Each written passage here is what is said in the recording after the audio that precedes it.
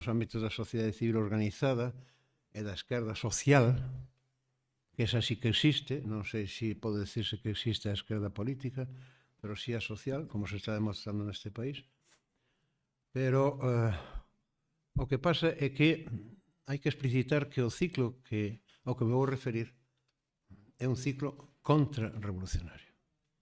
É un ciclo involutivo e contrarrevolucionario.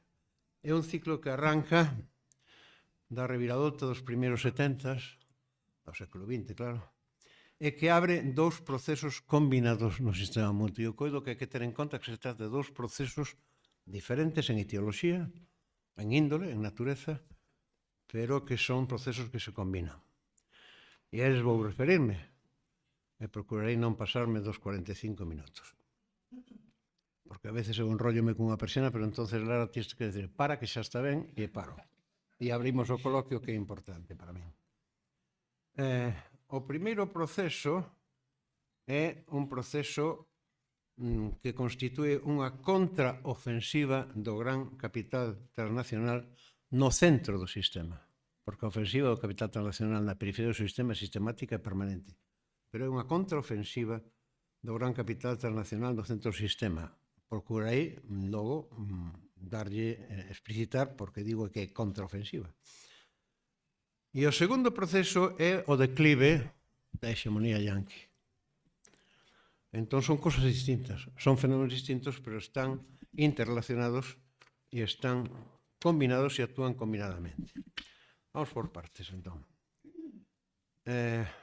Vayamos primeiro ao que digo a contrarrevolución ou contraofensiva do gran capital transnacional.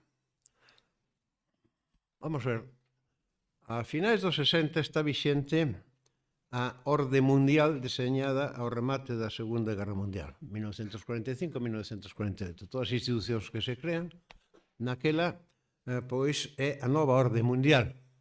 É unha nova orde mundial que o que pretende é abrir o paso á nova expansión do capitalismo, á reconstrucción da Europa occidental destruída.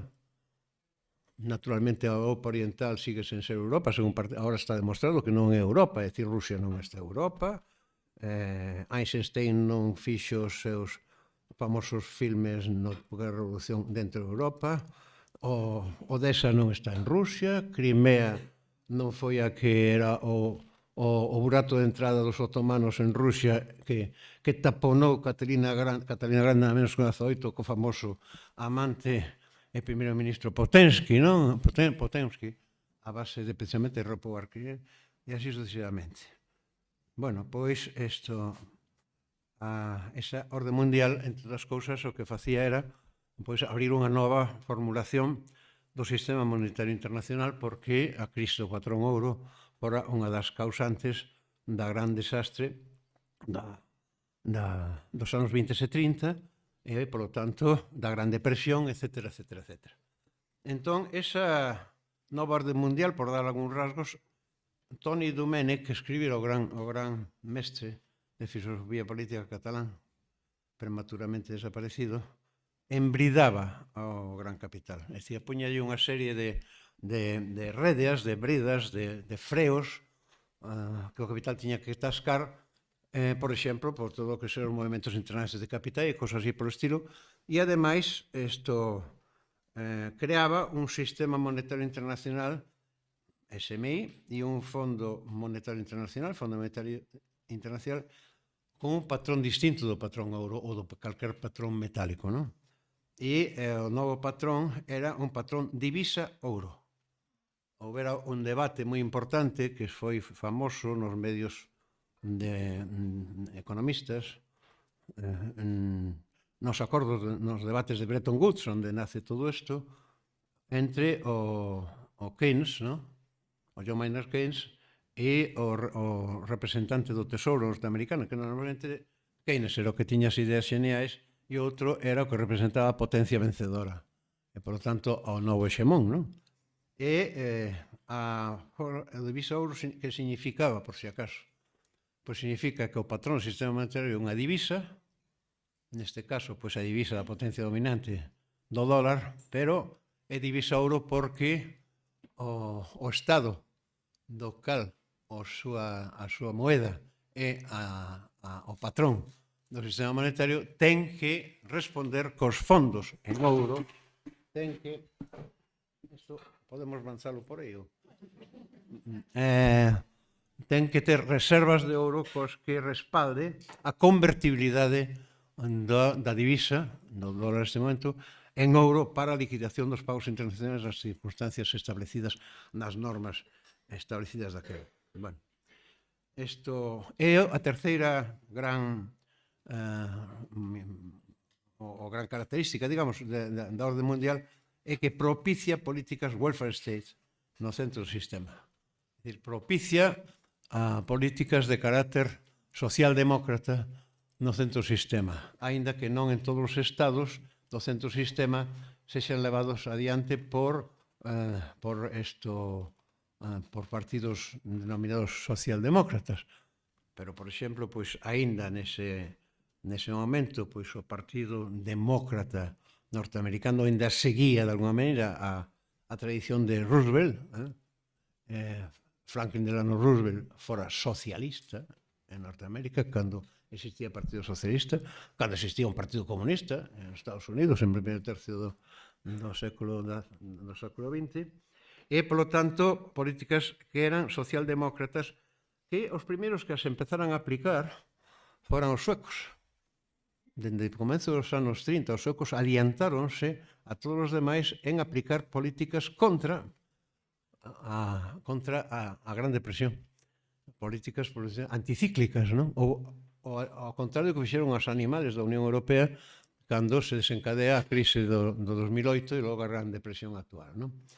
Pero isto en toda a Europa occidental faise eso. Hai que sinalar unha cuestión que é que, con variantes, claro, que tamén esas políticas de carácter socialdemócrata, por lo tanto, de welfare state, do estado de benestar, políticas que nas que o Estado sexa un árbitro activo entre os poderes de clase en loita entre eles, o poder do capital e o poder das forzas de traballo, por tanto, das grandes patronais e das grandes sindicatos obreiros, pois que esa situación pois na que o Estado o que fai é lograr que, por unha banda, o Estado se reserve e o capital non penetre en determinados espacios da economía da sociedade que se reserva ao Estado. Por exemplo, empresas públicas do aparato productivo, pero estratégicas. Por exemplo, como pode ser pois as finanzas, como pode ser os grandes transportes, ou como pode ser, por exemplo, pois a enerxía, etc. Todo iso que son, por tanto, empresas públicas, non? Pero, ademais, todo o que son servicios públicos e sociais, que, por tanto, que son ten a característica de que producen bens que non poden ser convertidos en mercadorías, porque son bens fundamentais. Eu, cada vez que se abría o debate sobre a privatización da sanidade, a privatización do ensino, etc., sempre decía, cuidado, o problema non está na privatización, que en definitiva é unha cuestión de réxime xurídico da propiedade. O problema está en que se convirte a saúde, ou a atención sanitaria, o ensino, a cultura, etc., en mercadorías como calquera, como un tornillo ou como simplemente un automóvil privado, que os cidadáns, se queren obtelo, teñen que pagar un precio por eles. E iso vai en contra radicalmente da índole deses propios bens. A barbaridade é a mercantilización. O que pasa é que a privatización é privatización e o capital privado móvese por interés absolutamente de fazer beneficio e, polo tanto, o que fai é mercantilizar. Se non mercantiliza, se o capital privado o que fixese foi operar para os prestar servicios da mesma maneira que operaría pois, un réxime público a sanidade, o problema non estaría. Bueno, pois o que hai que ter en conta tamén é que eso pode ser levar adiante porque esas políticas están nutridas polo excedente da periferia. É unha etapa na que o excedente do chamado terceiro mundo, o excedente da periferia, é chuchado de maneira que permite que, por exemplo, pues, Europa Occidental, etcétera, etcétera, pues, poda facer as políticas que, se a periferia, en cambio, puidese manter, conservar e aplicar para si mesmos os excedentes, xa serían moito máis difíciles que se aplicasen, terían que aplicarse mediante pautas de austeridade, e non pautas de permitir o consumismo como estamos afeitos a saber. Non me quero liar máis neste asunto. O caso é que esa orde rebenta a finais dos 60 e comezos dos 70. E rementa por mor de dous fenómenos primordiais.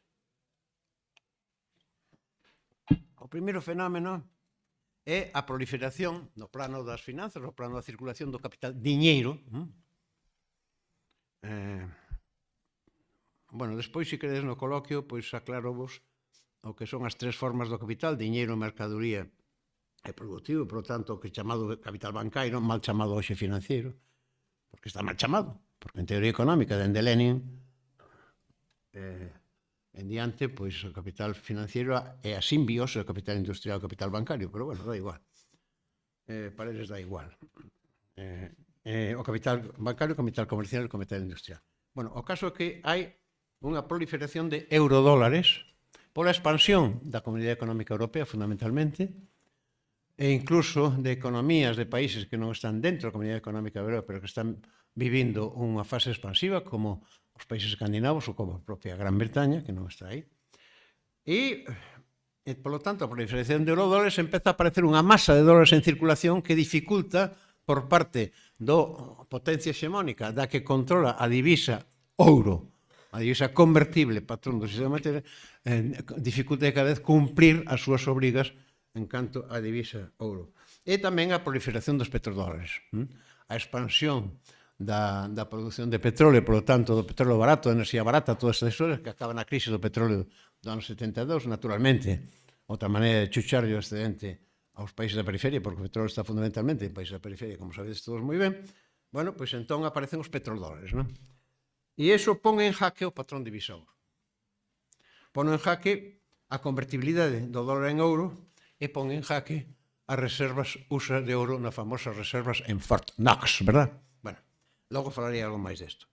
A outra causa, fundamentalmente, xa non de carácter financiero, é a crise de sobreproducción e de sobreacumulación na que remata a fase expansiva no centro do sistema, do capitalismo no centro do sistema, dende finais da Guerra Mundial hasta precisamente comezos dos anos 70. Non?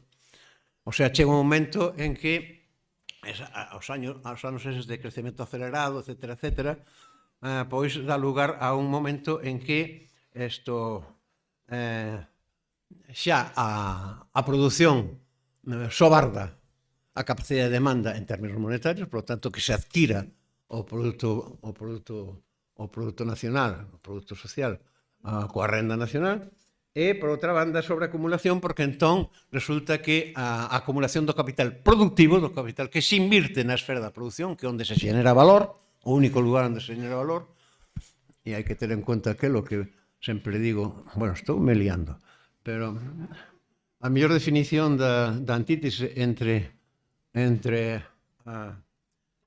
a valor de uso e o valor de cambio das mercadorías non a escribiu un economista, escribiu un poeta, era Antonio Machado, e aquela frase famosa de Antonio Machado que solo el necio confunde valor con precio.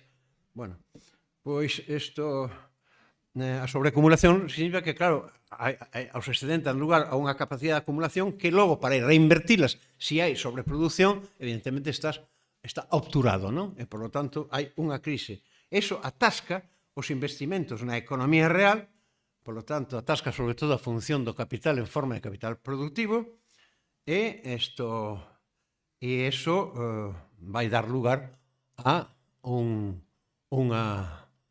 estampinazo que se resolve do modo que vou dicir agora. E volvo, entón, a explicitar un pouco máis esos dous fenómenos. Cal é a réplica do gran capital? E cando falamos do gran capital, xa a partir desta época, hai que ter en conta que o gran capital, na fase acadada pola mundialización do capitalismo, xa nos anos 60, nos anos 70, é unha fase na que é o capital transnacional. É unha das diferencias que existen moi importantes para explicar a xeneración dos novos movimentos nazifascistas co o que ocurriu, en cambio, nos anos 20 e 30. Porque, naturalmente, os fascismos dos anos 20 e 30 estaban financiados fundamentalmente por o gran capital a nivel de Estado nacional, como era, por exemplo, pues, o capital alemán bancario financiero no sentido mixto, combinación bancario e industrial, por exemplo, das siderurgias, Krupp, e toda esta xente, non? Pero tamén o Deutsche Bank, e tamén a Faber, toda esta historia. Bueno, pero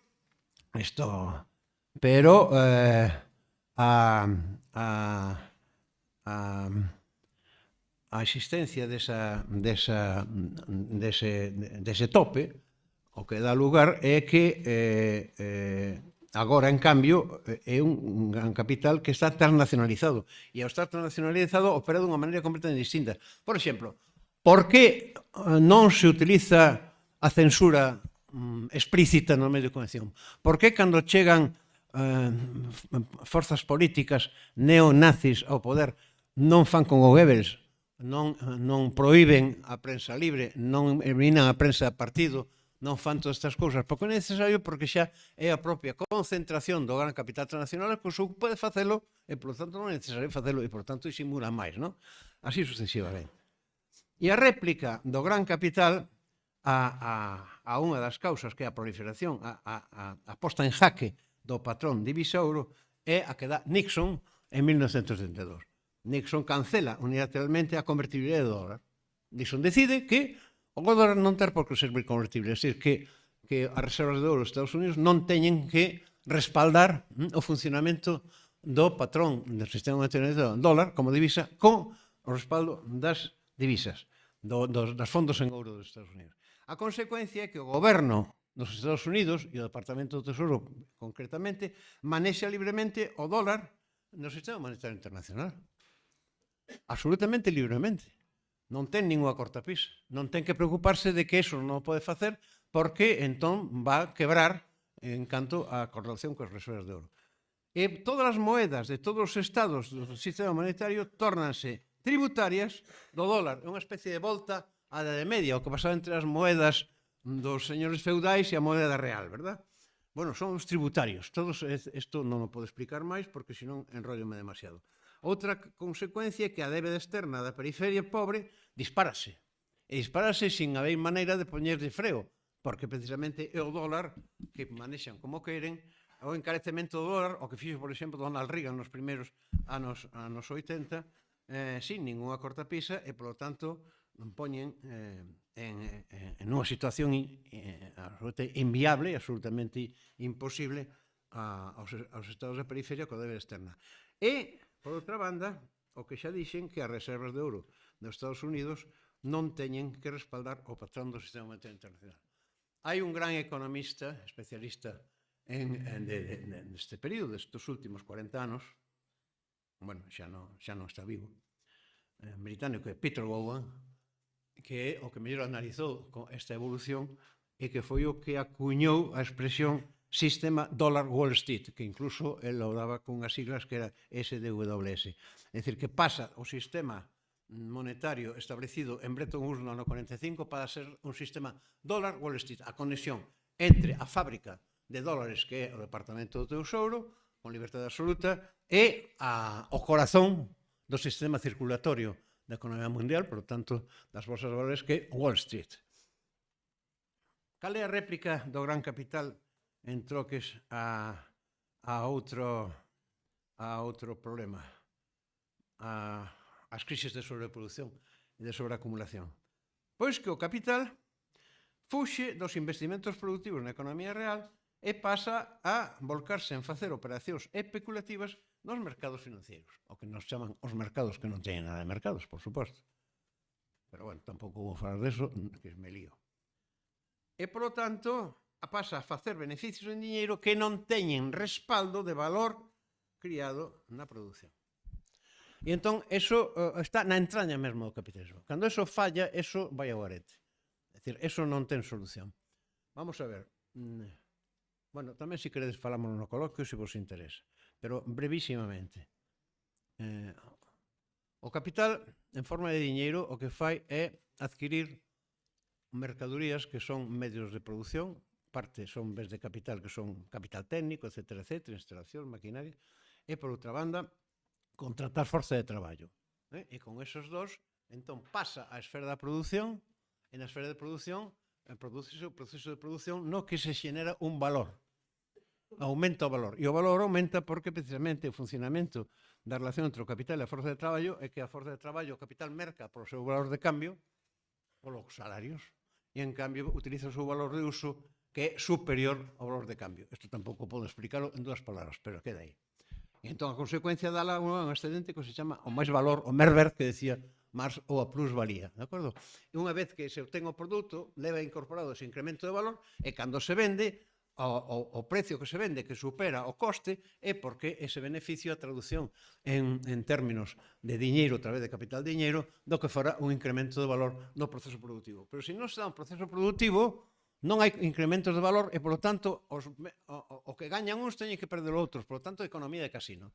E o que pasa é que iso dá lugar ao proceso o que se chamou a financiarización, oichedes falar deso, a financiarización do capital, a economía de casino, e os procesos que Brenner foi o que mellor explicou cos seus obras sobre o boom, a expansión, e a burbulla, non? E as burbullas acaban por reventar. E hai crises financeiras a cada pouco, ao longo dos decenios, até desembocar na gran crise, a máis importante que é a de 2008, na que, a crise financiera provocada polo comportamento da banca, precisamente ese carácter especulativa, etc., norteamericana, e que dá lugar a que se poña de manifesto que o capital transnacional pode máis que os Estados, incluso que os Estados Unidos de Norteamérica. Porque, aínda que xa é presidente o tan esperado Obama, pois o que fai o goberno norteamericano é salvar os bancos e non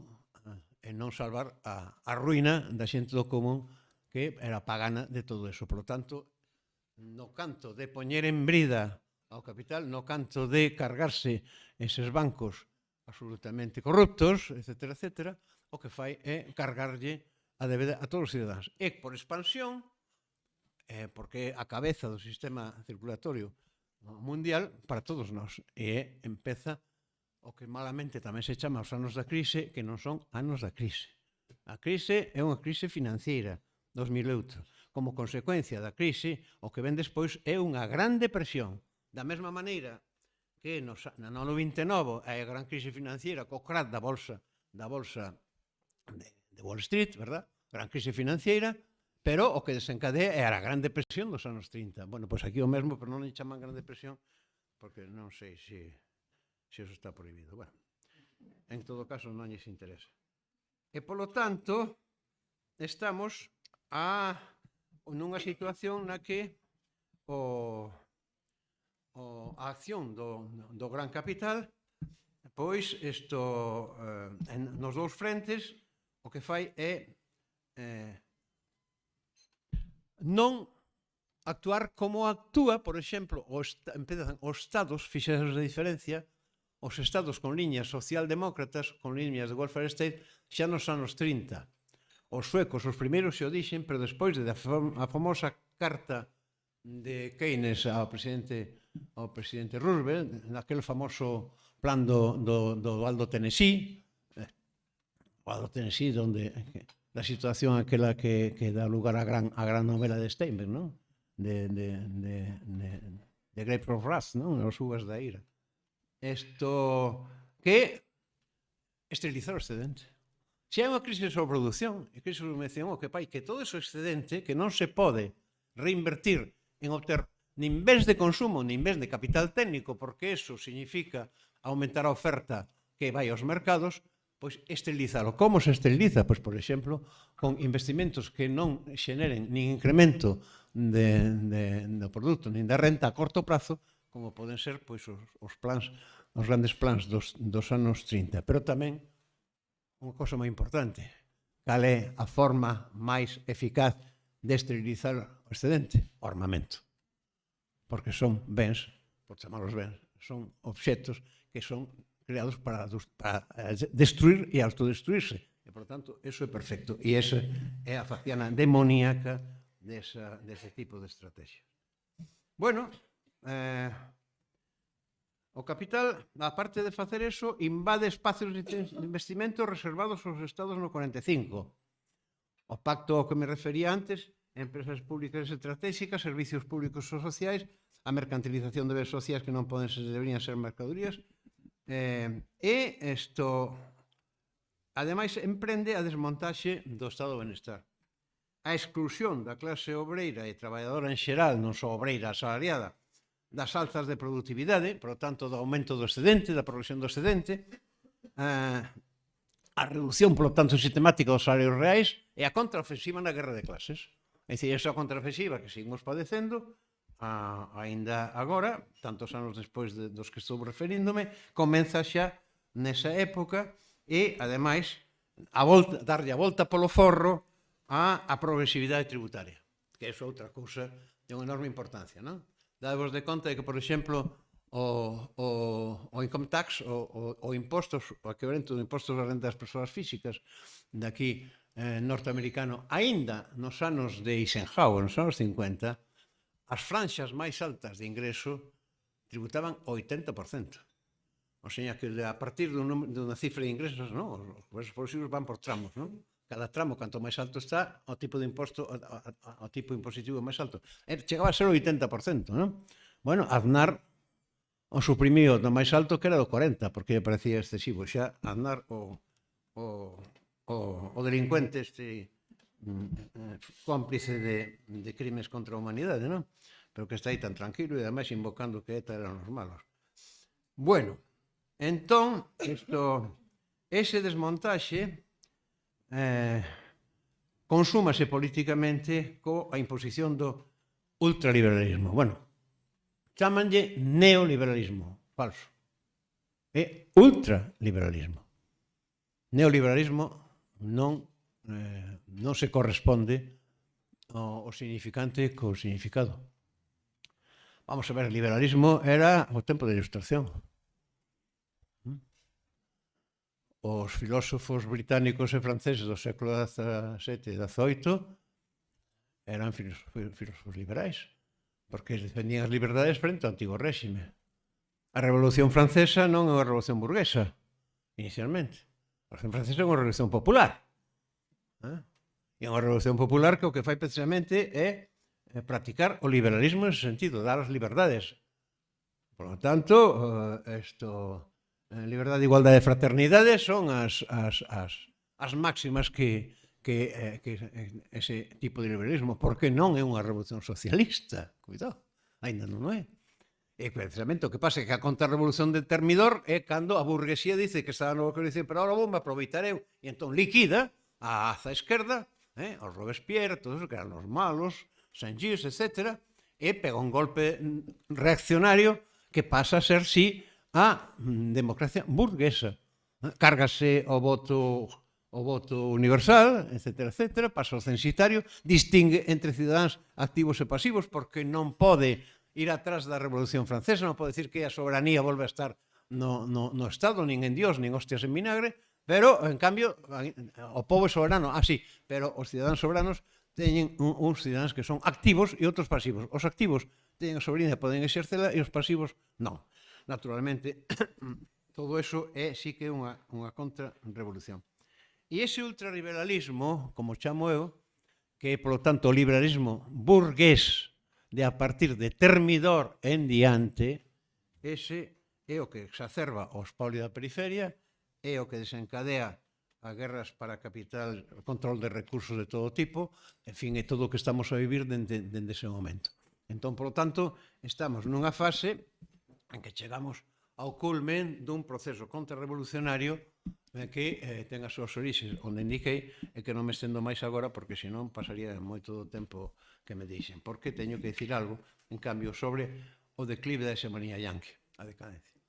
Porque simultaneamente o que ocorre é que comeza a crisis de hegemonía do poder norteamericano como hexemón. vamos a ver, para abreviálo moito, hai, por iso eu fago unha especie de chiscadela no propio rótulo da cousa que puxen na longa duración, entre aspas, porque a longa duración é un concepto establecido por un gran historiador contemporáneo francés, Fernand Braudel, e a escola de Bordeaux, a escola bordeliana, non se estendeu só entre os historiadores, sino os científicos. Concretamente, hai dous que para mí son fundamentais, que é Giovanni Arrighi e Manuel Wallerstein. E os dous o que teñen feito é analizar os ciclos de hexemonía da expansión mundial do capitalismo do século XVI, nada menos.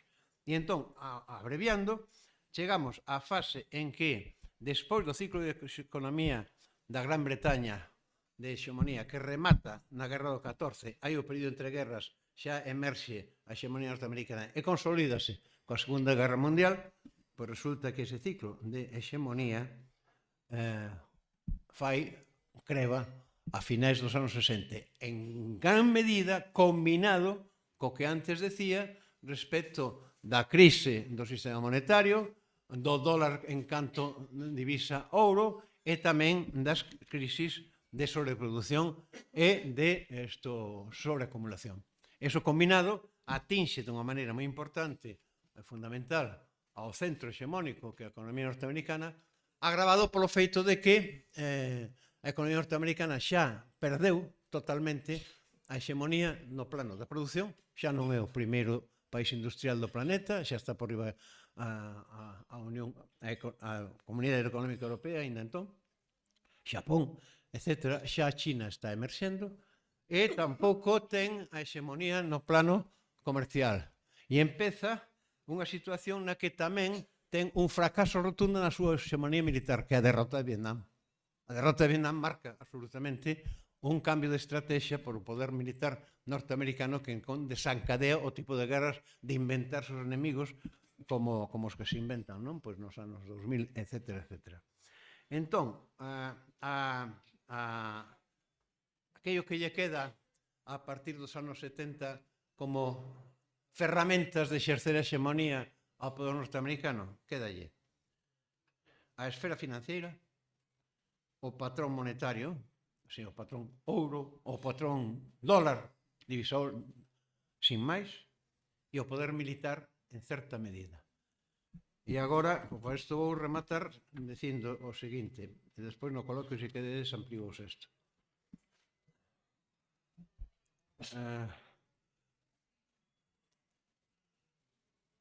Isto desemboca no que Arrighi definiu como caos sistémico. É dicir, a hexemonía, por exemplo, a hexemonía dos Países Baixos, dende o remate da Guerra dos 30 anos, 1848, hasta finais do século XVIII, a hexemonía dos Países Baixos.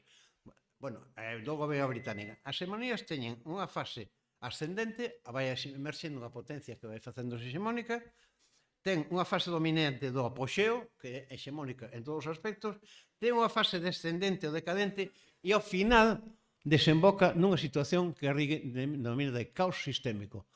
A situación do sistema mundo que estamos a vivir nos últimos decenios é exactamente a situación de caos sistémico definida por Arrighi. E tamén, en ese sentido, por Wallenstein, aínda que non utilizou o léxico e as mesmas definicións. E iso a que se debe? Débese a que empezan a aparecer outros focos no sistema mundo de economías en ascenso, de estados en ascenso, que poden chegar a aspirar a ser hexemónicos e iso dá lugar a unha multipolaridade. O que está pasando neste momento, por exemplo, co último resorte, con isto vou rematar, que lle queda realmente de hexemonía aos Estados Unidos. O dólar. O que está a pasar cos BRICS. É dicir, eu decía así cos amigos, porque non falaba en público. Ano pasado, por aí, que se aumentaba. Vamos a ver, coa guerra de Ucrania. A guerra de Ucrania para nós é o drama máis gordo. Ademais, por o que significa, non? De decir, bueno, de aí para o leste, eso non é Europa. Bueno, moi ben. e de someter absolutamente a Unión Europea a ser un lacayo absolutamente vergoñento dos Estados Unidos. Pero o problema máis grave para a evolución do sistema mundo non é iso.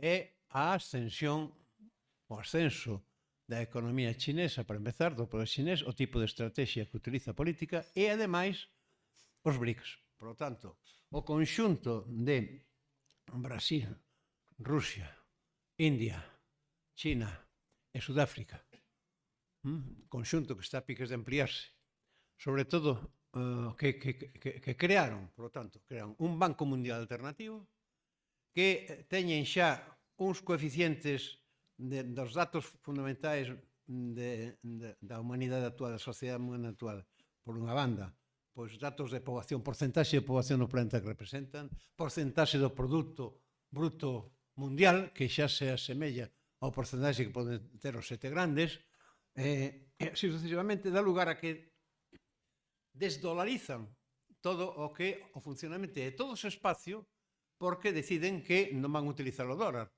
E ao non utilizar o dólar resulta que a hexemonía yanqui co manexo do dólar como divisa, como patrón divisa, sin ter que responder por as ataduras das reservas de ouro ni nada polo estilo, resulta que hai cada vez espacios máis importantes da economía mundial que xa non funciona. E entón esa é a ameaza máis grave nesta fase de caos sistémico para a hexemonía yanqui actual.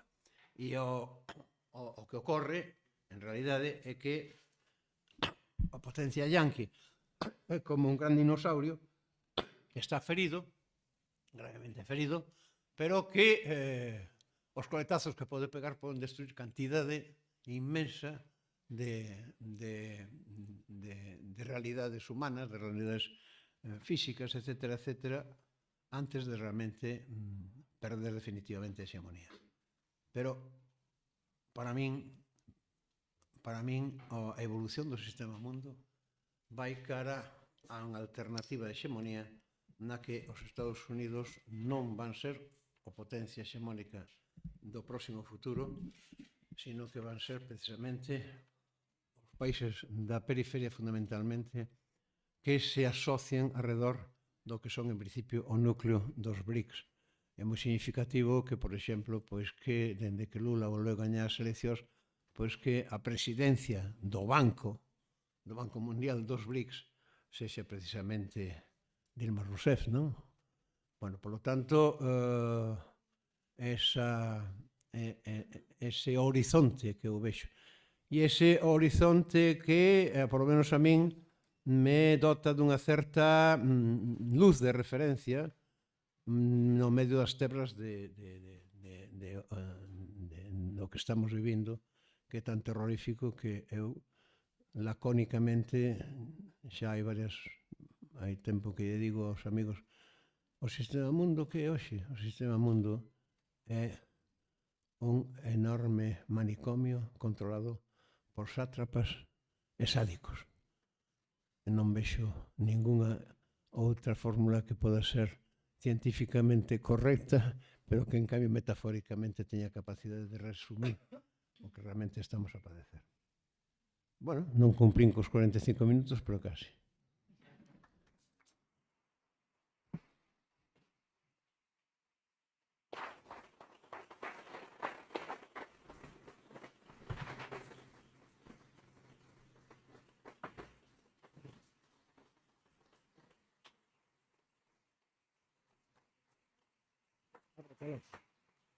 Abre o coloquio. Vamos alá. Bueno, moitísimas grazas por esta exposición pois tan carismática e tan lúcida. Imos pasar agora ca rolda, bueno, co coloquio, rolda de preguntas, comentarios, bueno, debate. Non sei como queres facer, Xosé Manuel, podemos coller unhas cantas preguntas e eu vou dando paso ás preguntas que Non, eu pediría que pedisen palabras. Claro, claro, por suposto. Para facer preguntas ou para facer afirmacións? Logo xa se verá. Entón, palabras? Quen quere falar? Que empece alguén, xa se sabe que hai aí sí que hai un temor escénico ao principio, pero unha vez que se abre a espita... Que rompan o xeo. A persoa de barbas.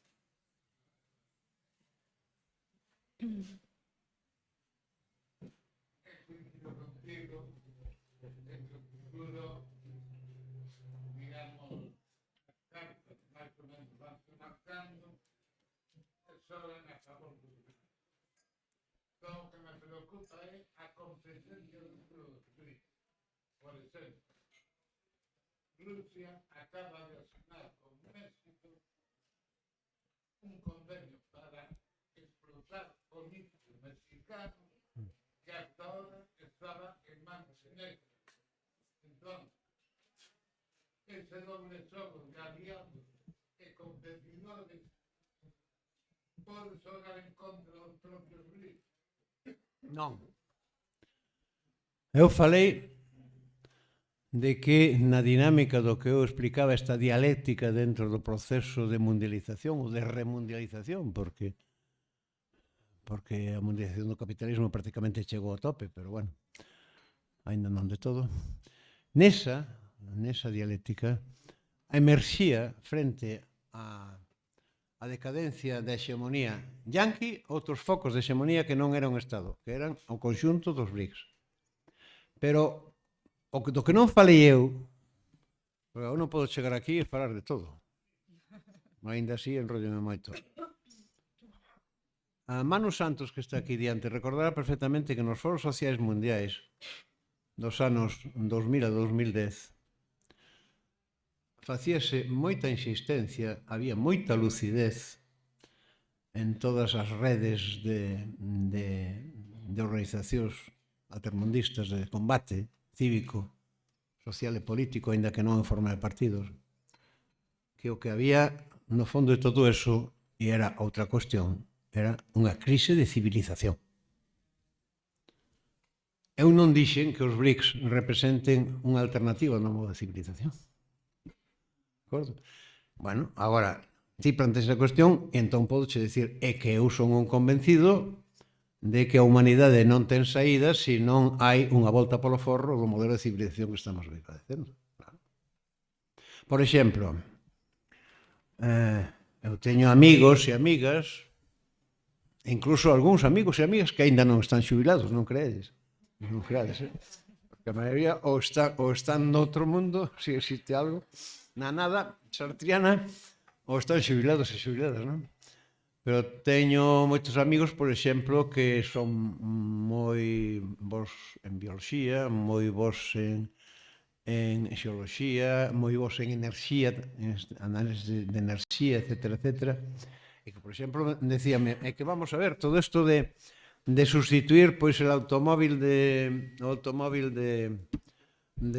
combustión, de petróleo, etcétera, ou gas, por eléctrico, eso non resolve nada, porque se seguimos co nivel de motorización da xente, co nivel de consumo de enerxía que é necesario para mover, ainda que sexa unha enerxía alternativa, unha enerxía limpa, eso acaba coas reservas de litio nun sopapo. E ademais desencadea as guerras por litio, sexa o litio boliviano, sexa o litio de Groenlandia, non? Que sei que hai moito que o señor trumpista pois quere anexionarse ou que ti acabas de mencionar. Por tanto, esa é outra dimensión, pero desa dimensión hoxe non falei para nada. É outra dimensión. É o modelo de civilización. E o modelo de civilización está en crise, entre outras cousas, isto sí que vou decir. Porque hai polo menos un tercio do século que empezou a poñerse moi en claro a relación entre ecoloxía e economía e a poñer de manifesto algo que nin siquiera os científicos sociais heterodoxos e progresistas ou a teoría económica alternativa, por exemplo, a propia teoría económica marxista, tiña en consideración, que era que se consideraba que as formacións sociais estaban aí postas e abaixo había o que se chamaba a natureza e os recursos. E polo tanto, pois, isto simplemente era unha relación entre a formación social e estaba a natureza. Bueno, moi ben, En realidade, o que pasa é que a formación social é unha parte do ecosistema.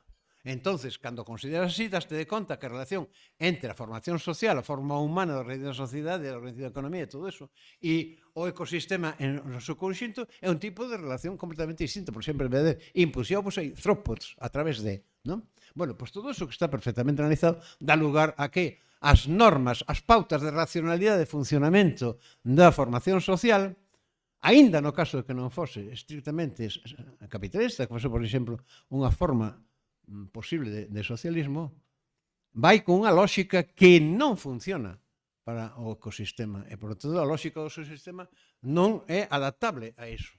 E iso é unha das cousas cos que nos enfrentamos a moi corto prazo. Por tanto, é unha crisis de filiación. Pero, bueno, quero que xa aclarado eso. Non ten nada que ver co outro. Claro.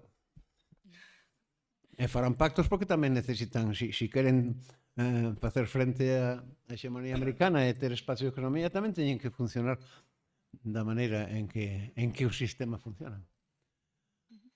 Máis intervención.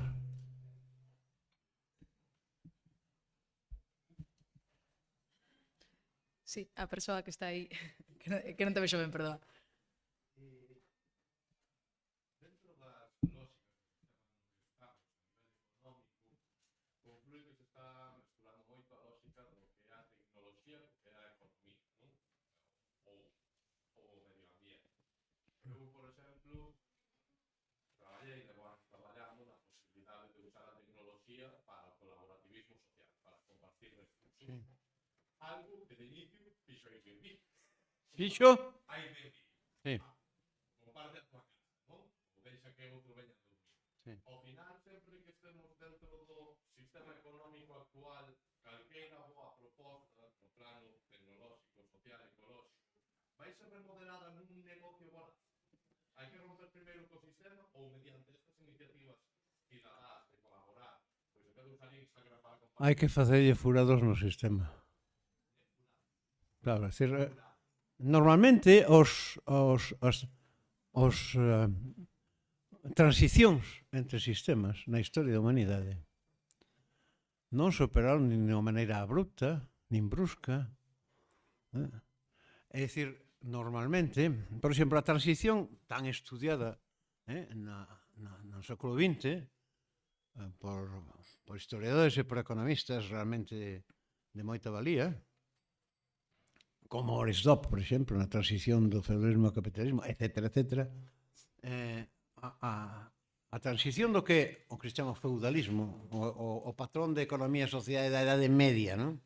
De relacións de servidume, da forma de institucións do poder propio da Idade Media, etc., o que vai ser o capitalismo é unha transición que se empeza a operar dende dentro das realidades económicas, formacións sociais chamados, que eran do antigo, de feudales, na baixa da Idade Media. De acordo? Por lo tanto, o que vai a ser o novo modelo de organización da sociedade humana, para empezar, da súa organización económica, socioeconómica, evidentemente, vaise ir enxendrando. Cando hai loitas revolucionarias, cando hai procesos que abren novas vías, o proceso dos foros sociais mundiais non foi entendido por as forzas políticas de esquerda e foi o gran erro, porque non se catapultou todo o que ali había, que era a nova gran internacional, non se catapultou na instancia política, no que gran se chamaría sociedade política, e eso vivimos os que estábamos ali, e incluso os que estábamos, cando estuvemos dentro do Consello Internacional do Foro Social Mundial en as comisións de estrategia, denunciábamos que había que facer eso e non se fixo e ao final esmoreceu. Bueno, pois isto, ao que había ali, si se catapulta, é unha maneira de... Domènech a veces, unha vez decíame, ti non te imaginas que porcentaxe da poboación traballadora, a poboación activa do planeta está funcionando en sistemas cooperativos. Porque parece que non é nada e é un porcentaxe moi importante. Bueno, pois ti acabas de falar deso. Por lo tanto, as formas de organización novas teñen que ir xestándose dentro da propia realidade actual. A parte de que teñen que formularse co meirande rigor e a meirande lucidez os modelos de referencia cara onde se quere ir, que é iso o que está por facer. Eu coido que un dos problemas políticos que temos na actualidade, en xeral, na política institucional, é que non temos claro que tipo de superestructura xurídico-política queremos para a nosa sociedade. O desconcerto total e absoluto.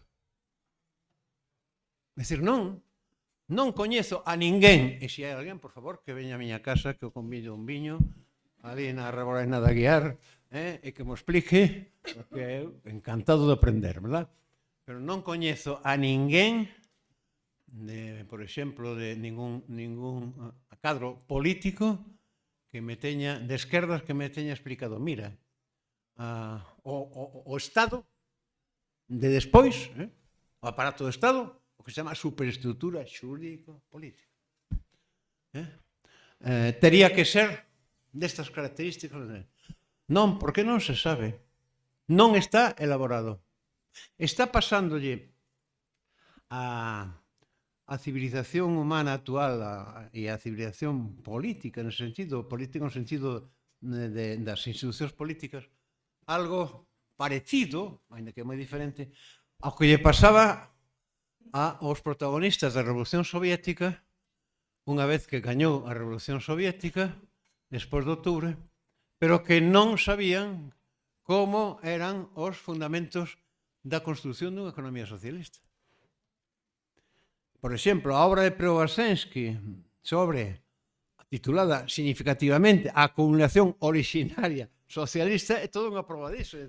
El ten que recurrir ao que era en Marx o análisis do proceso de xestación e de xénese do que vai ser o capitalismo industrial a partir do século XVIII para crear unha idea do que dirías que ser o proceso de acumulación originaria para a constitución da economía socialista. Non sabían como. Os debates da NEP, da nova economía política, son os 20, todo isto.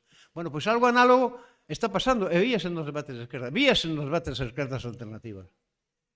A veces os debates, por exemplo, no ámbito do que foi Podemos, do que foron todas estas... É que é moi simple, vamos a ver. Hai unha fractura rotunda entre a cidadanía e os seus propios representantes políticos, incluso representantes progresistas, que se dá fundamentalmente no noso ámbito do Estado español entre o último decenio do século XX e o primeiro decenio do século XXI, de acordo? Está claro. Non nos representan. Recordades? Non nos representan. Hai, por lo tanto, un proceso de autoorganización outra vez da cidadanía políticamente. Non a través de darlle o voto a tal forza política ou a tal outro. Autoorganización, de ser os actores e os protagonistas. Ese proceso vivimos todos. Bueno, todos os que vivimos, claro. Ben, eso dá lugar a que, por lo tanto, se empece un proceso deconstituinte, por exemplo, no Estado español, dende abaixo do réxime da segura restauración borbónica ou bubónica, se preferides. Ben, un proceso de constituinte dende abaixo. Despois outro de constituinte dende arriba, cando empezan a hacer barbaridades que van contra a propia Constitución. Bien. E iso acaba por dar lugar a rebelión, por exemplo, da xente nova, a rebelión dos pensionistas, dos vellos, todo o que sabedes. Por suposto, a impulsión tremenda do movemento reivindicativo dos dereitos da muller, por tanto, do movemento de liberación feminista, en todo eso que son fenómenos novos, e dan lugar a que haxa, de repente, hai unha especie de geyser que salta polo aire, fervendo, que é as plazas. Ben, que aquí empezou antes, verdad? Porque nunca máis foi eso. Pero foi no 2002, no inverno de 2002 ou 2003. Ben, eu viví en aquelo, e nunca esquecerei como de repente este país que se decía que estábamos todos, éramos como las vacas de Mansos, que había todo un proceso de loitas de organización social que de repente xurde e non por generación espontánea, verdad? A capacidade, o que eu dixe no Parlamento, naquela ocasión dixe, esmendreouse, esbarrullouse o Estado e emerxeu a nación, non? Que foi exactamente eso. Bueno, e acaban nas plazas. Dase o paso de decir, e agora hai que catapultalo na estancia política, pero onde? Dentro das institucións deste réxime. Bueno, ver, catapúltase o gran éxito de Podemos, eleccións do 15 a 16. En Galiza, as mareas primeiro, as municipais que foron fundamentais, pero sobre todo, e despois xa a nivel para as eleccións ás Cortes en Marea. Bueno, o apoio electoral impresionante, porque foi o apoio electoral, máis de 300.000 votos, nunca se obtiveran esa cifra. O Bloque obtivera perto dos 300.000, pero en eleccións ao Parlamento de Galicia, non as Cortes. E nunca o Bloque tivo 300.000 votos nas eleccións ás Cortes do Estado. Temos, que eu sabe, temos un escano. Bien, é menos mal. Bueno, entón, isto, claro, as cousas son como son. E logo que pasou? Pois que empezaron a torpedealo dende as propias forzas do sistema, cos recursos todos das trecos do sistema, houve que repetir as eleccións en xuño, xa non foi igual, e logo a traición do PSOE, co aquelo de que había que permitir abstenerse para que seguise a barbarie de Rajoy, non? Do expoliador. Bueno, pois todo eso en que acabou? Había un proxecto alternativo de ir construindo os alicerces dunha forma nova de Estado. Non porque nin siquiera esas forzas asumían en realidade unha ruptura co réxime bubónico. E eu padecín esa experiencia. Apostando por eso, paguei as consecuencias. Eu e moitísimos compañeros e compañeiras. Apostamos por eso e ao final non. Ao final eran palabras, pero non estaban dispostos, por exemplo, a dar o paso para romper este réxime e ir a un proceso constituinte, por exemplo, dunha estrutura de Estado. Xa non pidaban máis, federal ou confederal, nada de Estados independentes non se pide tanto. Non porque non creían neso e porque non tiñan ninguna seguridade de saber a onde se iba por ese camiño. Eu considero que isto é unha das cousas que está pasando. Aparte de toda a mercantilización da política, aparte de todo o que estamos vendo, que cada vez máis nauseabundo, bueno, pero é lóxico, non? É lóxico. Lembrome que Mella, no Parlamento de Galicia, cando ainda era deputado, pouco tempo Carlos Mella, estaba no grupo de non adscritos, ou como se chama eso, unha vez saliu a tribuna e dixo, bueno, aquí o que está pasando é como a lei de Gresham do diñeiro. A lei de Gresham do diñeiro é unha lei no sentido de lei científica da economía monetaria, cando eran os sistemas metálicos, metalistas, que era que a moeda mala expulsa da circulación a moeda boa. Porque claro, se tiñas moedas en ouro ou en prata, tesourábanse. E as que eran de cobre, etc. E aquí pasa o mesmo coa clase política ou co estamento político. Pero tampouco se pode generalizar, non? Ese proceso todo, en gran medida, eu penso que o que ocorre é que non hai nin siquiera pois un boceto do tipo de estrutura de Estado que se pode considerar que pode ser alternativa ao actual, porque o Estado parlamentario non vale. Nunca na historia política da humanidade hubo tantos estados democráticos con constitucións democráticas, etc. E nunca tantas constitucións democráticas tan variciadas de contido por completo de arriba a baixo, empezando pola española. Entón, é unha falsedade sistemática. Entón, resulta que, claro, por que eses caparazóns como de sapos conchos medio paralizados, por que sigue aí? Pois porque, efectivamente, o que non hai é o deseño alternativo e, polo tanto, as dinámicas sociopolíticas que vayan camiñando, que teñan claro a onde van. Pareceme que son as cousas que está pasando na esquerda política. A esquerda social é outra cousa. Esa está viva, esa está activa, e, ademais, a esquerda social non pode exixirse a responsabilidade de elaborar a referencia dun diseño alternativo de institucións políticas. Pode contribuir, pero iso non é o seu cometido nin o que se pode exixir. Bueno, estou me enrollando con esta historia, non sei se vai a alguna parte. Está ben, máis palabras? Sí. Nos seu caso, porque acaba de dicir as cuestións do modelo de Estado, non sei se vostede, pero vou probablemente está a favor do Estado confederal, non sei se é o caso, pero hai certos grupos sociales que me dá a impresión de que tienen unha certa idea do Estado máis ou menos nítida e que están en contra do que pode ser a esquerda. Que tienen unha idea? Unha idea algo nítida, dá a miña impresión. Sí, sí, non digo que non haya. Digamos, en competencia ou en oposición a que sexa que vostede mantén, que mantén alguna. Estaba pensando, son algunhas cuestións que a mí me levan preocupando. Por un lado, digamos, a imaxe de Estado que pode vir, perdón,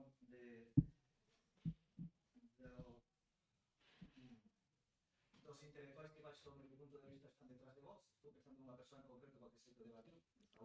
Pero hai algún intelectual detrás de vos?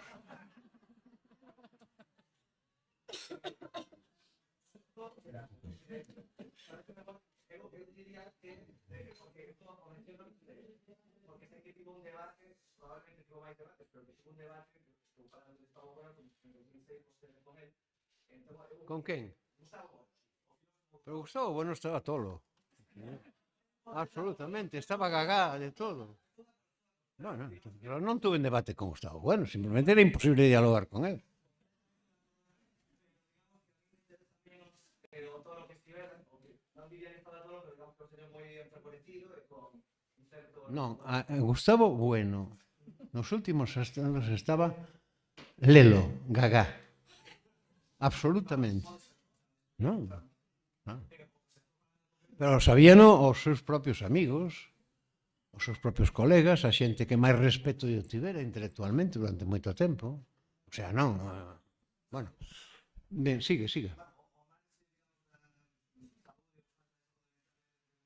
Non, home, non estou dicindo que sería tolo, metafóricamente, concho.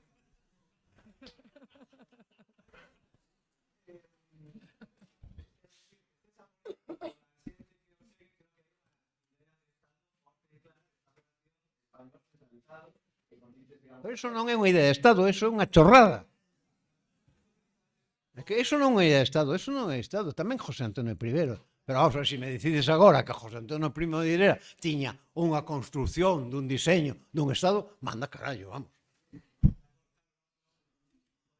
Unha unidade de destino no universal, chamáballe, eso era un tren de mercancías, decíamos nós.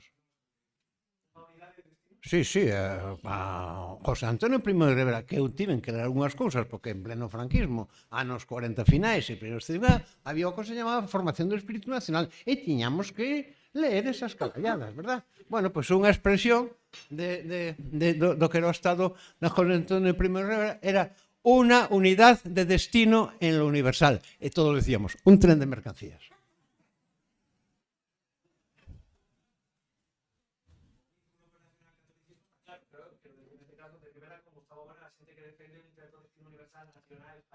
Non, eso é distinto. Eso é o diseño da Igrexa Católica dende Trento, sobre todo, aplicado á sociedade civil. Pero eso non diseñaron os nacionalcatólicos. Eso diseñou Trento, a Contrarreforma. Bueno, un momento, claro, é que ollo, como cando antes, coido que antes dixeche, e eu respeto moito todo o que se me diga, nunca desprecio nada, nin penso que decides paridas, ainda que a veces alguén día paridas, non ti. Pero isto, por exemplo, pois, que se a min parece ben un Estado confederal. É que eu non defendo un Estado confederal. O que si sei o que é unha estrutura. Verdad? Na definición do que é unha estrutura, na filosofía da ciencia, na epistemoloxía estructuralista, dice sempre que a estrutura unha totalidade é cando con outras estruturas actúa por confederación. Fíxate ti, aplicando as mesmas cosas en estruturas. Tanto as estruturas matemáticas, como as estruturas lóxicas, como as estruturas sociais. Bueno, entón, o que quero decir é que cando hai realidades diversas, sociopolíticamente diversas, cando hai realidades, a ver se temos en conta unha cousa para entender o de confederal, o federal ou esas lerias. A nación é unha realidade sociopolítica. O Estado é un constructo jurídico-político. Nada que ver. De acordo? Entonces, ni o Estado pode definir a nación con a aberración que comete a Constitución española por sectarismo, ni tampouco unha nación significa que automáticamente lle vai a corresponder un Estado, porque pode que sí, pode que non. Pero cando hai realidades que se configuran como realidades nacionales, culturalmente, históricamente, etcétera, etcétera, etcétera, sociopolíticamente, e entonces son diferentes, pero queren convivir en un espacio jurídico-políticamente máis amplio, articulándose e non soldadas e fundidas, pasadas por el horno crematorio, pois entonces a fórmula sempre é a federación ou confederación, que vende fedus. Nada máis. E iso, polo menos, é unha fórmula razonable para articular realidades diferentes que incluso poden ser moitas veces antitéticas, pero que poden coexistir. O que non pode ser é dicir, ahora son todos españoles. Será usted, yo no. Para empezar, ¿de acordo? Bueno, entonces xa empezamos porque non é verdad. Somos todos españoles. No, yo no, usted perdone. ¿No? O que pasa é que cando se carece de asumir e respetar eso que se chama a alteridade, é unha cosa moi jodida. É un dos efectos da ideología española, españolista. Por exemplo, eu recordo, anos 60, 61, 62, en Madrid, cando estaba facendo a miña tese, con amigos, compañeiros, tal, e ao mellor, pois, bueno, con un compañeiro de ali, un amigo de ali, que estaba no mesmo centro que a min, saíamos a tomar uns viños e aparecía outro home, un rapaz novo tamén, que me presentaba a min. Mira, te presento a fulanito, tal. E tú de onde eres? Eu decía, soy gallego. Español, claro. Significativo, ¿verdad? Yo no era gallego. Era español. E os españoles podían darme permiso para decir que además era gallego. No, mire usted, eu son outro, non son usted. Se usted empeza por negar a alteridade, non hai puñetera maneira de convivir. E entón, un pobo ten tanto dereito a separarse deso como dunha muller maltratada a divorciarse, punto. E non podo comprender como pode haber algún dirixente ou non dirixente, un militante político de esquerda que defenda que a muller ten dereito a opoñerse e a que se defendido ao maltrato e divorciarse, e non defenda que Galicia ten dereito a independenciarse das pelotas porque está maltratada. Ou Cataluña. Entón, sexamos congruentes. Sexamos congruentes. A mí non me doen prendas. E, por tanto, podo discutir a fondo, mentras teña enerxías. Despois, porque xa me fatigo demasiado, esta válvula aspirante impedente pois non funciona bien e logo tengo que... Ahora desinflome, veña. Bueno, vale. Sí, home, sí, por min sí, se os demais non lles importa e non hai ninguén máis para dir de momento, pois... Sí, veña. Sí, di.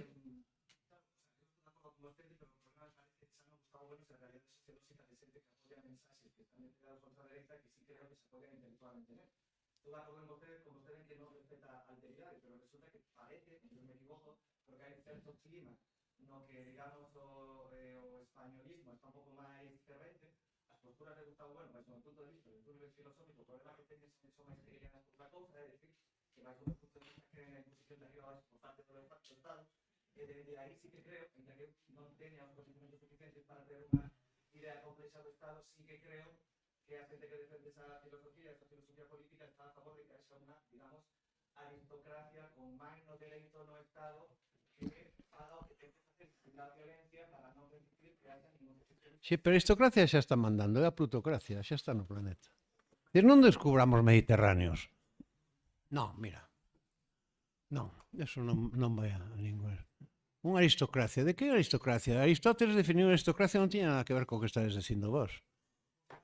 Nada que va, eso non, a aristocracia non era. A aristocracia significaba literalmente o goberno duns poucos, aristos, dos millores.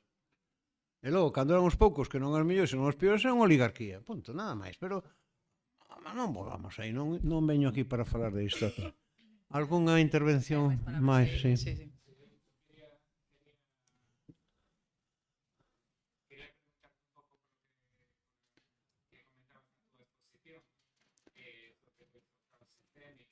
diferencia de Estados Unidos, tamén a crise ecolóxica na que estamos, a crise energética, ¿no? Un pouco que papel, a ver, nos estamos enfrentando a estes desafíos, ¿no? De crise ecológica en este contexto, ¿no? Un pouco que papel crees que vai a xogar China nesta coyuntura próxima? China vai xogar o papel que máis lle conveña. A cuestión é se mentre xoga un papel que nos conveña a nós, vale. Este é así. É que non podemos... A ver, eu sempre defendín que non vale a política sin ética, de acordo? E que a ética ten que estar por diante e por riba da política. Habría que saber que tipo de ética me refiro, porque poden haber de éticas diferentes. Pero outra cousa é que nos pensemos que isto, na dinámica na dialéctica interna do sistema mundo, no que estamos falando, a hexemonía dos que aparecen, dos que neste momento a nós nos favorecen porque por aí hai unha vía de saída e sobre todo sabemos o que estamos padecendo coa hexemonía yanqui, o que desastre que é eso, o que están facendo, non? Por exemplo, que China nunca invadise ningún país. A Rusia soviética nunca invadiu ningún outro país. Nunca. Bueno, e estes señores pois liquidan os palestinos en Gaza, fan exactamente o mesmo que os nazis, pero cando o Tribunal Penal Internacional di que Netanyahu é reo de crímenes contra a humanidade, o señor Macron, que por lo visto é moi demócrata, dice que o señor Netanyahu pode ir a Francia tranquilamente e que non vai aplicar a sentencia do Tribunal. Bueno, por lo tanto, esos asuntos nos que a ética está en dialéctica coa política. E hai cuestións nas que non podes tomar unha decisión política se vai contra os principios fundamentais dunha ética humana, digamos, unha ética da ética de que o ser humano ten un componente angélico e un componente satánico, pero que o que hai que procurar é estimular dentro do ser humano aquilo que pode facernos posible a convivencia uns con os outros. Bueno, moi ben. Pero, a partir de aí, está claro que estamos nunha dinámica de intereses intereses sociais, demográficos, económicos, políticos, etc. O que pasa é que si unha potencia como China non invade, se unha potencia practica diplomacia, entre que logre chegar a un acordo entre Irán e Arabia Saudí, por exemplo, e desactivar o polvorín do Golfo Pérsico ou outras cosas por estilo, e que veñan estos e se carguen ao povo palestino ou que monten o Cristo de Ucrania, pois a diferencia é absoluta. Logo, China querrá facer negocios, claro que os fai. A fin de contas, se queres ser xegemónicos, como é unha potencia que se fai xegemónica? Se dixe, fase ascendente. Entón, hai os tres niveis. Da capacidade de produción, da capacidade comercial, da capacidade financiera, e se están dando os pasos, non só China. É iso que me refería. Pero tampouco podo decir que para min a salvación está en China, cuidado. A salvación está en nós mesmos. E se non somos conscientes deso, se non cada quen de nós, da maneira máis modesta, máis pequerrecha, non exercemos a responsabilidade como seres humanos, todo se vai carallo. Porque non vai vir ninguén angélico a resolvernos o problema. Esta é a cuestión. E o grave para min é a intoxicación sistemática da xente do común, da cidadanía do común, por as fábricas de estupefaciente, como diría Castelao. Esa capacidade de control que a través de dos medios de todo tipo e dos discursos que dan lugar a que as víctimas en Galicia da barbarie do Partido Popular voten ao Partido Popular. Ou que os obreiros voten a candidato de quen explota e se lle leva a plusvalía. Bueno, pero claro, eso forma parte da dinámica social. E o problema é que non hai unha esquerda política. Bueno, existen organizacións políticas de cuidado, Claro que existen organizacións políticas na esquerda, que non son de verdad. Outra cosa é que teñen a masa crítica, que teñen, digamos, as organizacións, o que chamamos a esquerda política, a esquerda mayoritaria, non? A esquerda que está en institucións, etc. Non? Bueno, o propio nacionalismo está facendo un traballo moi intelixente, pero eles saben moi ben o que vou dicir. Saben eles que con parlamentarismo non votas o PP da Xunta. E resulta que o traballo que non é de parlamentarismo que non está facendo pois os da Ulloa Viva, os do Mar das Rías Baixas, etc. Cando tiña que ser realmente unha especie de alarma total e de unha sublevación en masa. Vamos a ver, cantas veces teremos escoitado dende nenos, dende rapaces, que as rías galegas son unha xoia dun ecosistema único no planeta. E resulta que iso non conta para nada, é un gicho que se parece de las SS, absolutamente inexpresivo. Cando ainda estaba, como me meteron no Parlamento, estaba ali, gicho ali, parecía un maniquí dun tipo co uniforme das SS, non levaba os uniforme das SS. Chamáballe Rueda, bueno. Joder, como pode ser? Pero como pode ser que un tipo que ten as responsabilidades que dá ao Estatuto de Galicia, que resulta que se pasa por arco de triunfo os informes técnicos das universidades, dos centros científicos, a protesta da xente, a realidade evidente de que as rías galegas son un tesoro de ecosistema. Bueno, pois é así. Entón, canto tempo hai que a esquerda política non fala da alienación? Canto tempo hai que na esquerda política o término alienación e o concepto alienación non se utiliza? É alarmante. Porque se a esquerda non ten en conta o concepto de alienación non entende nada. E está fora. Cando a esquerda, incluso a esquerda aparentemente máis a nivel de Estado, fixo aquilo de que, bueno, renunciar a loita de clases, que eso xa non. Pero como usted pode renunciar? Usted pode renunciar á teoría de la relatividade del señor Einstein? Algún físico se lle ocurriría decir, eu renuncio á teoría da relatividade de Einstein. Eu renuncio á teoría dos cuanta. Eu renuncio á teoría da gravitación universal.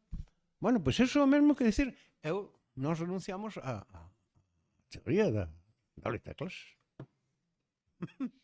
Que pasa? Foi un invento de señor Valls nunha borrachera de cervexa lá en Hampstead. En fin. Eso é triste, pero hai que...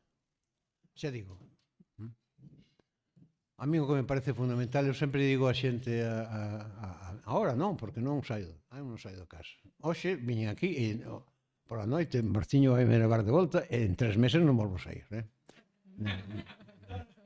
Non volvo a sair, non volvo a sair porque con unha dosis chégame. Pero, claro, eu decía eso. Actívate, participa en algo, o que sexa, unha actividade grupal, unha actividade colectiva, que teña un sentido respecto da sociedade, que non se podan decir do que ti recibiches da sociedade, ti que carallo lle deches á sociedade? É a pregunta que se podía facer a moita esa xente. Que lle deches ti á sociedade? Non recibiche nada. Tes alimentación, tes casa, sobre todo neses grupos sociais da clase pequeno burguesa, clase media, ou clase traballadora acomodada, non? Xa non digo os fillos de papá. Porque agora os fillos de papá siguen na casa hasta os 40 anos, entón xa non sei. Bueno, que lle deixe ti á sociedade? E ten que ser horroroso, non ser que non teñas puta idea na cabeza, non teñas nada, pero a miña idade digo a veces, penso nunha persona que eu coñezo que xa anda aos 50 e tantos, e digo, e este non se dá conta de que na puñetera vida lle deu nada á sociedade. Entón, que cojones é isto?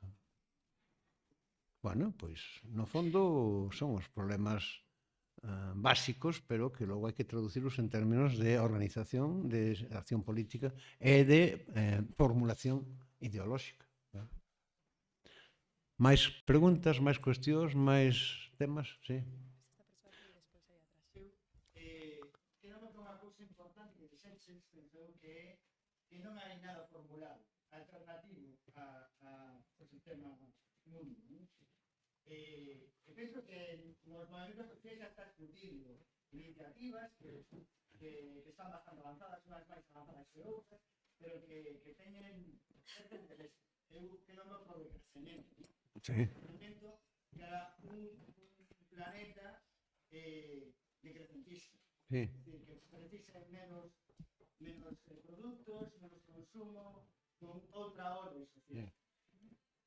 Por aí tamén penso que é unha das fórmulas que a esquerda política ten que amarrar e dar solucións, porque eu que vexo na esquerda política agora neste país que utilizamos as mesmas fórmulas, os mesmos conceptos que utiliza a outra banda, non? Reformulamos as cousas, pero utilizando os seus objetos. Non somos capaces de avanzar e dar esa formulación que xa está incluído no social para dar esa, pois eu non vou xogar con este xoguete, vou xogar con este, que me plantexa a sociedade. Eso creo que é un concepto importante. Todas as propostas políticas da esquerda alternativa galega teñen que ir hacia aí. Teñen que ir hacia captar as ideas que surden na sociedade civil organizada galega e darlle unha salida política, darlle unha solución. Pois veña, lánzate, anda. Non pode ser, a mí non pode ser unha cousa, ten que ser algo potente. Sí, mira unha cousa, eu estou de acordo contigo. A cuestión é a seguinte. Eso vivímoslo moi ben, Manu recordará perfectamente. Nos foros sociais mundiais había diagnoses dos problemas sectorialmente ben organizados. Hasta asociacións de pescadores no Índico de non sei que, o problema, por suposto, en terra en Brasil, a vía campesina, non sei que, todo que en maior dimensión estaban, e había formulacións alternativas. O que non había era como se articula eso para facer unha proposta das ferramentas institucionales que hai que crear para levar eso a efecto. A eso que me refiro. O primeiro é un programa político alternativo claro, conciso, que a xente entenda. Eso sí, eso. Que a xente entenda. Bueno, xa é algo.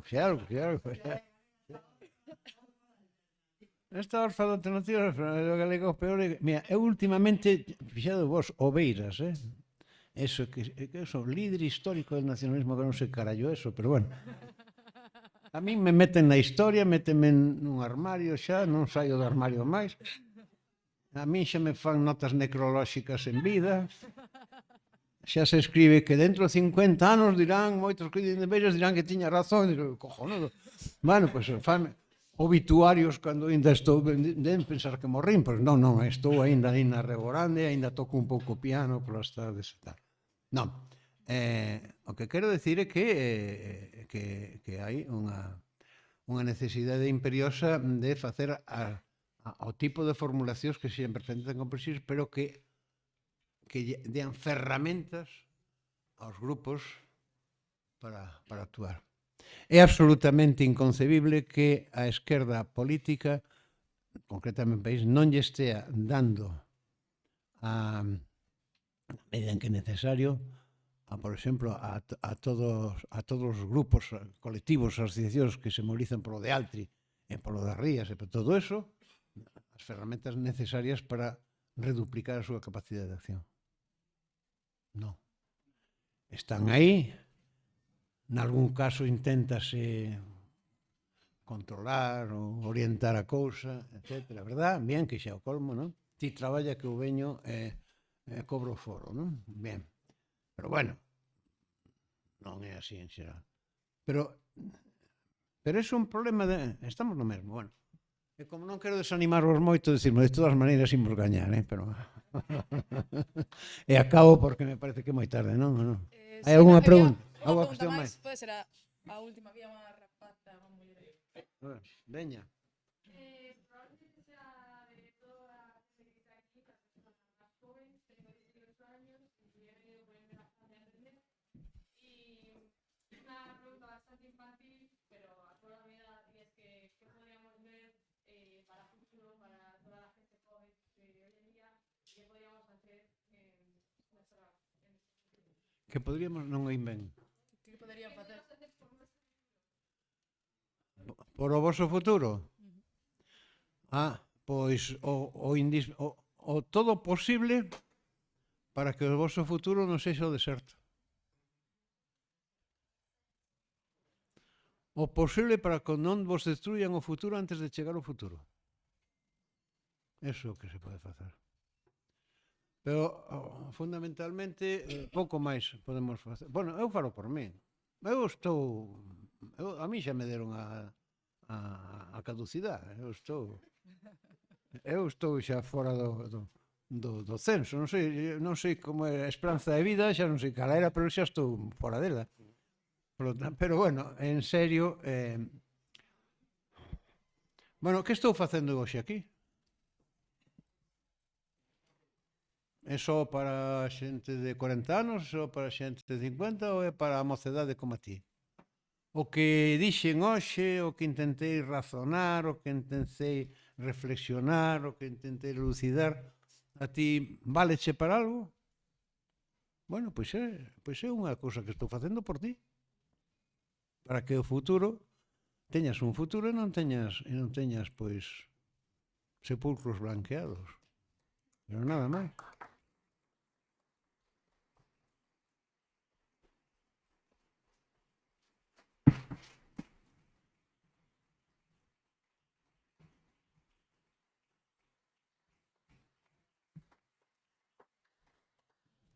Vale, damos unha última palabra, Xosé Manuel. Ou... Sí, eu non teño Eu teño- problemas hasta que me fallo o corazón.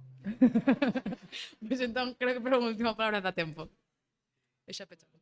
Teniendo en conta o desenvolvemento social, as melloras nas condicións de vida, de saúde e dinámica, favorecer un aumento espectacular do número de habitantes do planeta, pero o marco social no que se produce tan vertiginosa expansión das forzas productivas está deteriorando de xeito dramático o medio natural, de tal maneira que estamos a viver procesos de degradación ambiental masivos que sobordan as fronteiras dos estados e supoño que requiere unha comprensión global das súas causas e das súas solucións. Nese contexto, como verías a redacción dunha constitución para a terra e teorías como as de Luigi Ferrajoli? Sí, estaría de acordo. Totalmente de acordo.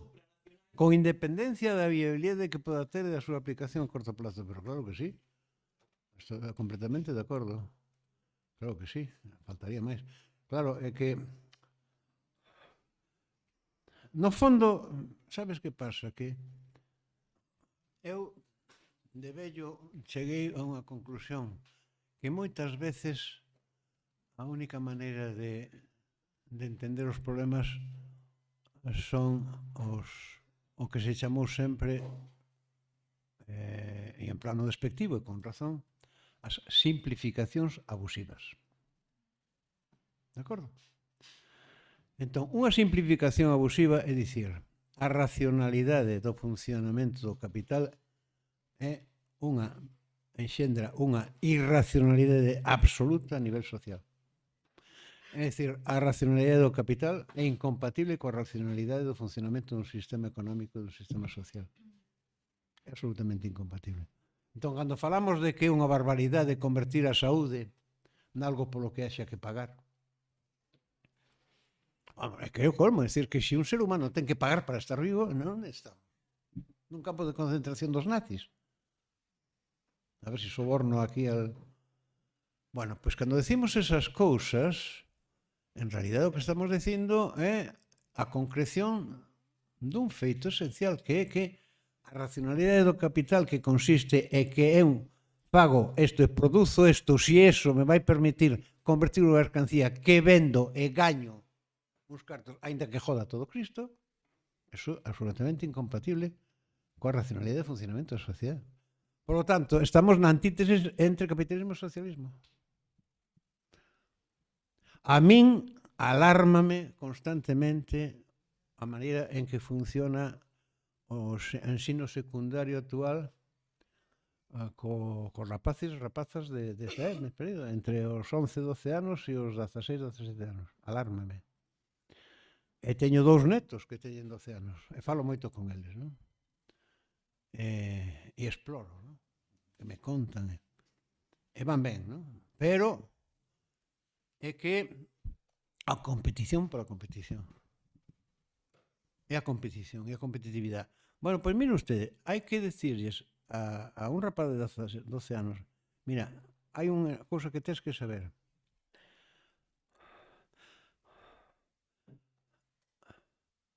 A antítesis da competición é a cooperación.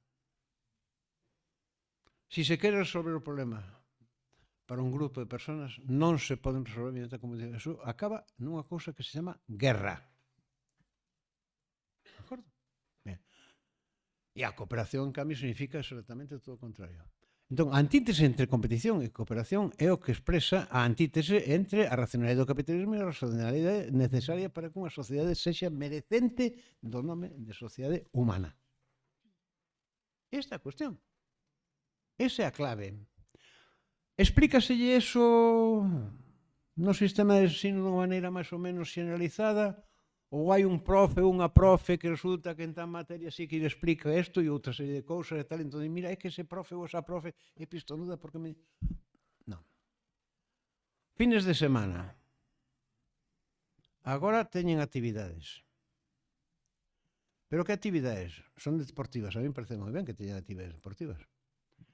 Pero, por exemplo, pois hai 3 semanas conseguimos ir a Ribeira Sacra, a Ribeira de Chantada e a Ribeira de Escairón e de sábado e domingo cos meus fillos, as miñas fillas, bueno, as mulleres dos meus fillos e os meus netos. Entre eles, 2 netos de 12 anos. Bueno, era a primeira vez que alguén os levaba a ver, por exemplo, San Miguel de Eiré, que é unha xoia do románico absolutamente espectacular, ou o mosteiro das Bernardas de Ferreira de Pantón, que é o único mosteiro cisterciense femenino que nunca acabaron con el, non conseguiron, dende a súa fundación no século XI. Bueno, é unha xoia do románico, etc. Bueno, está moi ben que os leven a practicar, pero resulta que o que non nos levan, en xeral, claro que é excepcións, non estou matizando, non? Pois ao que é probablemente a formación da cultura, da absorción, que tampouco consiste en ler libros. Bueno, é unha parte. Bueno, yo agora sí que me estou indo por peteneras e igual acabo como Gustavo Bueno, sería horrible. Bueno. Vale, pois... Moitas gracias.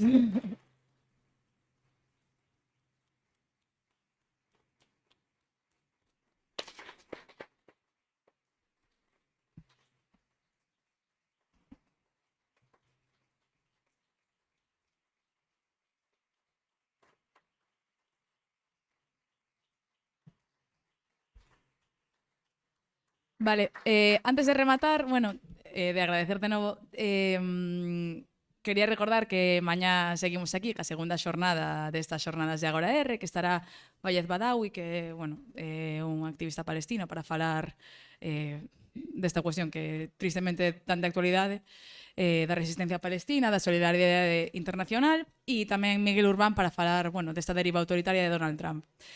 E creo que é importante, recollendo un pouco as palabras de Xosé Manuel Beiras, que dicía a salvación está en nos mesmas, en nos mesmos, actívate, falaba un pouco tamén da responsabilidade, de fornecer de ferramentas á sociedade. Creo que moi importante ter en conta este contexto do que falaba Xosé Manuel tamén, de un pouco de contexto histórico, da deriva autoritaria. Cada vez é máis difícil, moitas veces, exercer os nosos dereitos sociais, que creo que, deso somos conscientes e por iso estamos aquí, non? E por iso é tan necesario, pois, tender pontes, non? Entre o coñecemento, a reflexión e xerar estes espazos. E isto é posible, pois, grazas, evidentemente, quero agradecer de novo a espazos como de 4x4, que ceden, voluntariamente o espazo, tamén ao esforzo e ao traballo non remunerado de persoas que non cobran ni un só céntimo, que veñen solidariamente, como Xosé Manuel Beiras, como Alberto Quián, que estivo aquí antes, e tamén das compañeiras de COAR, non? Que dan o seu tempo e a súa forza de traballo para que todo isto sexa posible. Entón, a min, dende recollendo esas palabras de a salvación está nos mesmos e de recoller esa luva de responsabilidade, gustaríame un pouco convidar a colaborar con ECOAR, senón con tempo, entendendo o activismo un pouco como forma de vida, se cadra facéndonos socios, socias, facendo algunha achega económica que é o que permite que este proxecto teña continuidade, basicamente, que podamos convidar a persoas como aquí a Xosé Manuel Beiras. Nada máis, se queredes achegarvos, fora está o meu compañeiro Guillermo para poder dar información a este respecto, e vémonos mañá na segunda xornada.